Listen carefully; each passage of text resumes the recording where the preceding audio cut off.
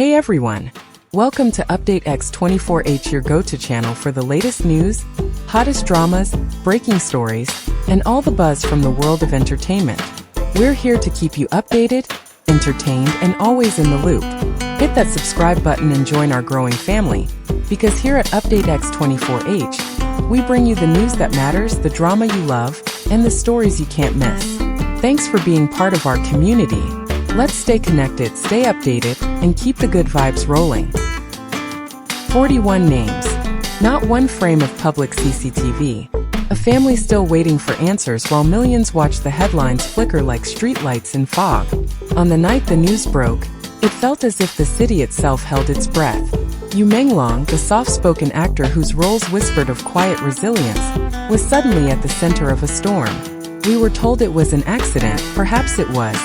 Yet uncertainty crept in, as uncertainty always does, through the cracks left by silence. Viewers began to map timelines on notepads, circle rumors in red ink, and press replay on broadcasts that never quite reached the point. Was the number really 41? Who counted? Who confirmed? Who stood there and saw anything at all? This is the story of how a figure became a symbol, how grief slipped into skepticism, and how a community tried to hold on to compassion while asking sharper questions. Tonight on Update X24H, we walk the narrow line between what is known and what is merely claimed, patiently, respectfully, and with the heart kept steady. Begin with what can be grounded. Authorities in Beijing stated that Yu Menglong died after an accidental fall, with alcohol implicated. The phrasing was firm, procedural, and brief. No criminal element described, no suspects named, and crucially, no public release of the full forensic tapestry that often steadies public nerves.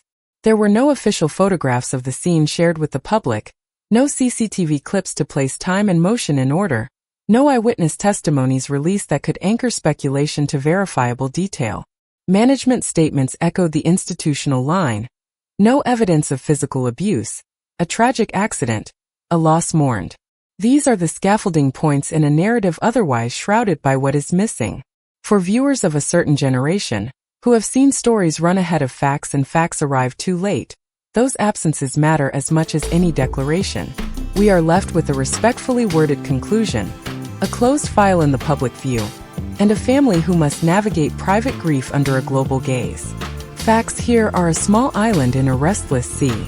We stand on that island before we attempt to read the waves. And then came the number, whispered, posted, amplified, 41. It traveled like smoke through keyholes, gaining shape without gaining a signature. Commentators referenced commentators, podcasters cited posts. A crowd looked for a list that never arrived. The claim suggested many hands, many rooms, perhaps many pressures converging on one fragile timeline. Another rumor took on a museum's name, shadowed by the word basement, inviting the mind to sketch corridors it had never walked. Dark web chatter layered words like violence and abuse with an ominous gravity that demanded evidence, and offered none to us. These are allegations, not facts. They are ideas floated on the surface of a lake whose bottom we cannot see from here. The responsible course is not to dismiss what we cannot confirm, nor to crown it truth because it is dramatic, but to ask careful questions. Who first published this? When? Is there a primary document? Has any accountable authority verified it? We note the claims, we label them clearly, we refuse to let them harden into certainty just because they echo loudly. In this part of the story, restraint is not weakness. It is the craft of careful reporting. Beyond newsroom cadence and online fervor, there is a human room, quiet, lamplit, full of photographs and the kind of silence only families know. Yu Menglong's public image was one of gentle resolve. The roles he carried felt close to the skin, and audiences began to see themselves in his perseverance. When a death arrives without the common vocabulary of closure, no shared visuals, no timeline stitched together for the public, grief looks for something to hold. Petitions appear, not only to challenge an outcome, but to assert that a life merits light. Artists send brief messages. Fans organize nightly remembrances. Strangers upload clips of favorite scenes as though, together, they might form a bridge back to understanding. Meanwhile, platforms crack down on posts labeled unverified, and to some that feels like a hand over the mouth. Yet moderation, too, has its logic in a world flammable with rumor. Between these poles, mourning and moderation, ordinary people experience a tangle of emotions. Sorrow deepening into skepticism, worry balancing on hope, anger tempered by decency. The human story is not a plot twist. It is the reason we narrate at all. Numbers have a way of becoming banners. 41 is no longer only a disputed tally. It is a symbol, a signpost for those who believe more is known than is shown. Symbols help communities speak in shorthand, to rally around a feeling when documents are scarce. But symbols are not substitutes for substance. In an age familiar with misinformation, the wisest viewers carry two tools at once: empathy for the bereaved and disciplined skepticism towards viral certainty. We must separate the megaphone from the manuscript. Ask, does this claim rest on a traceable chain of evidence, or is it the echo of an echo? Substantive progress depends on dates, signatures, logs, and accountable testimony. We can honor the concerns that gave the symbol its power without treating the symbol as proof. Public pressure, when principled, can open doors.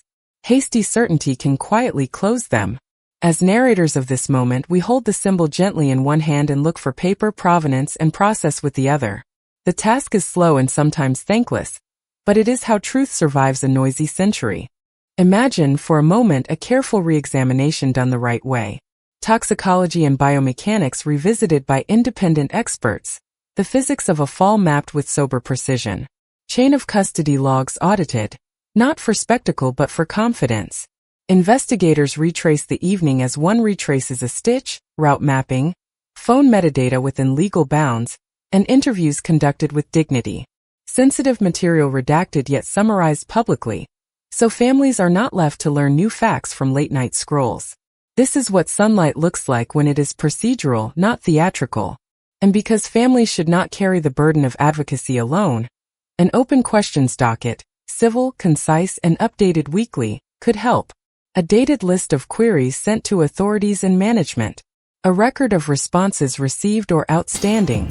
A clear distinction between evidence and commentary. Transparency is not a performance. It is a rhythm. It respects the living, the lost, and the professionals bound by rules that guard both truth and privacy. If the file is reopened, let it be for the purpose of clarity, not to satisfy rumor, but to serve reality. Communities are powerful, and power demands care. Here is a path that uplifts rather than injures. First, a memorial wall. A simple space to share favorite lines, scenes, and moments. An archive of gratitude that resists sensationalism. Next, a source bank.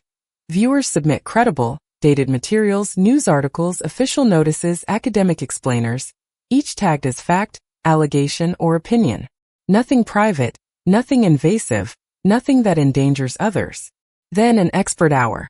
Forensic specialists, legal scholars, safety engineers offering short explainers on methods, how falls are analyzed, why certain files stay sealed, what due process truly entails. Understanding displaces fear. Finally, a well-being note. Outrage is exhausting. Grief bends the back. Take rests. Check in with someone. Remember that attention is a human resource, and like all resources, it must be stewarded. In choosing these actions, the community shapes the tone of the story. Says, we care enough to be precise, we care enough to be kind. This is how an audience becomes more than a crowd, how it becomes a conscience. So where does this leave us tonight? On a narrow ledge between the cool factual line issued by authorities and the warm, insistent pulse of unanswered questions. We acknowledge both without surrendering to either. We will not convert allegations into facts by repetition, nor will we dismiss legitimate concern because it is voiced online. Instead, we maintain a living ledger. What is confirmed, what is contested, what is unknown. If official materials emerge, CCTV summaries, forensic overviews, named and accountable lists, we will examine them with care, in full view of you, and update the ledger accordingly. Until then, we carry two lanterns. Compassion for a family who did not ask for public life to follow them into private loss, and integrity for a process that must withstand hindsight. This is not a chase for spectacle, it is a vigil for clarity. In that vigil, patience is not passivity, it is respect. The story continues, not because rumor demands it, but because truth deserves it. If you value reporting that balances empathy with evidence, please subscribe to Update X24H, ring the bell for measured updates, and share this video responsibly. Thank you for spending your time with us. Your civility, your discernment, and your care make a real difference. We will keep listening, keep verifying, and keep our standards high. Until the next update, look after yourselves and one another, and remember, respect the facts, respect the people.